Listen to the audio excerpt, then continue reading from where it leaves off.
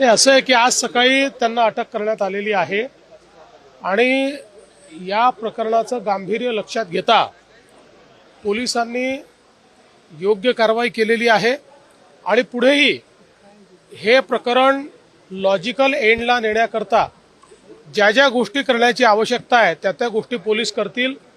अशा प्रकारे प्रताडित करून आत्महत्या करायला मजबूर करणं या गोष्टी सहन केल्या जाणार नाहीत। त्यामुळे त्याच्यावर जे काही कडक कारवाई करता येईल कायद्याने ती सगळी कारवाई केली जाईल। असं आहे की मकोका लावण्याकरता काही त्याचे नियम आहेत, त्या नियमात बसलं तर ते लागू शकेल, पण नियमात बसेल की नाही या संदर्भात आज सांगता येत नाही, त्यामुळे त्याच्यावर मी आज बोलू शकत नाही।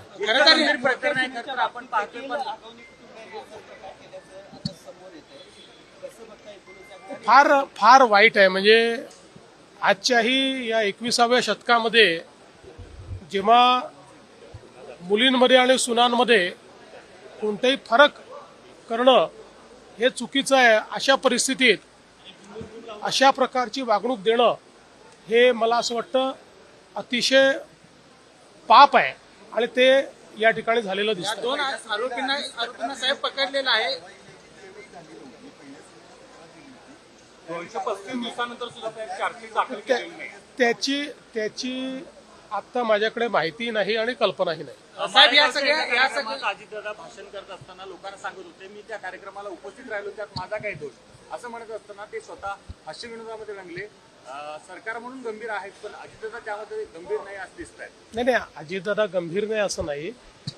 त्यांचा सांगण्याचा उद्देश एवढाच होता की कुठल्याही कार्यकर्त्याकडे किंवा समाजात कोणाहीकडे लग्नाला बोलवलं तर आपण जातो, त्यावेळी आपल्याला ही कल्पना नसते की पुढे काय घडणार आहे, एवढंच सांगायचा प्रयत्न त्यांनी केला। खरं तर साहेब या दोन आरोपींना पकडलेलं आहे, मात्र हे दोन्ही आरोपी 7 दिवस तळेगाव परिसरात होते, ते बिर्याणी खात असलेले देखील व्हिडिओ समोर आलेले आहेत। पोलिसांचे फेल्युअर समजायचं का? मला असं वाटतं की पोलिसांनी त्यांना पकडलेलं आहे, पोलिसांनी उचित कारवाई केलेली आहे, पुढेही पोलीस उचित कारवाईच करतील। आता याला खूप फाटे फोडणं हे अतिशय चुकीचं आहे।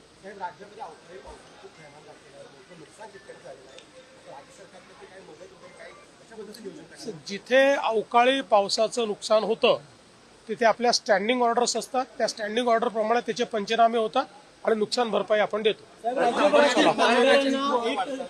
दिलं जातं, मात्र त्यामध्ये आता दलांचा सुळसुळाट झाला आणि प्रत्येक कामगाराकडून 1500 रुपये वसूल करण्यात येतात। असं दलालांचा सुळसुळाट झाला वगैरे म्हणणं चुकीचं आहे, पण कुठे घडलं असेल तर कारवाई करू।